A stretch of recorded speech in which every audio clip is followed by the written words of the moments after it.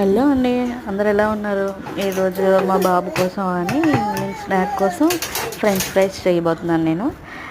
మనం 3 బంగాళదుంపలు తీసుకోవాలి. దాన్ని తొక్క పీలప్ తీసి మొత్తం ఏమీ తొక్క లేకుండా చేసుకోవాలన్నమాట. తర్వాత నిలువుగా కోసుకోవాలి. నిలువుగా కోసుకున్న తర్వాత ముక్కల్ని అవి కాసేపు వాటర్లో వేసి మామూలుగా కడుక్కోవాలి. తర్వాత మనం హాట్ వాటర్ పెట్టుకోవాలన్నమాట. పక్కన పెట్టుకొని దాంట్లో సాల్ట్ వేసి ఆ ముక్కలు అందులో వేసి అనమాట. ఒక్క 5 మినిట్స్ ఉంచాలి. వేసిన తర్వాత మనం మళ్ళీ తీసేయాలి. ఇలాగా వేరే దాంట్లో స్ట్రెయిన్ కింద చేసేయాలి. నీట్గా చేసేయాలన్నమాట.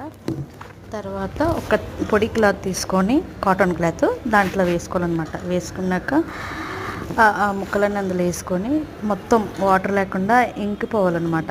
దానికి మొత్తం తుడిచేయాలి. తుడిచేస్తే మొత్తం వాటర్ అనేది ఇంకిపోతుంది. ఇంకిపోయినప్పుడు మనం ఫ్రై చేసుకున్నప్పుడు చాలా కరకరలాగా క్రిస్పీగా వస్తాయి అన్నమాట ఫ్రెంచ్ ఫ్రైస్ అనేవి.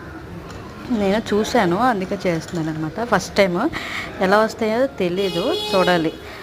ఇలా ఇలా మనం డ్రైగా చేసేయాలన్నమాట. తర్వాత మనం కళాయి పెట్టుకొని దాంట్లో ఆయిల్ వేసుకోవాలి. ఆయిల్ వేసుకున్నాక ఇలాగా ఫ్రెంచ్ ఫ్రైస్ అన్నీ దాంట్లో ఒకటొకటిగా వేసుకోవాలి. ముందు మామూలుగా ఫ్రై చేయాలి. తర్వాత మళ్ళీ వాటిని మళ్ళీ ఫ్రై చేసుకోవాలన్నమాట.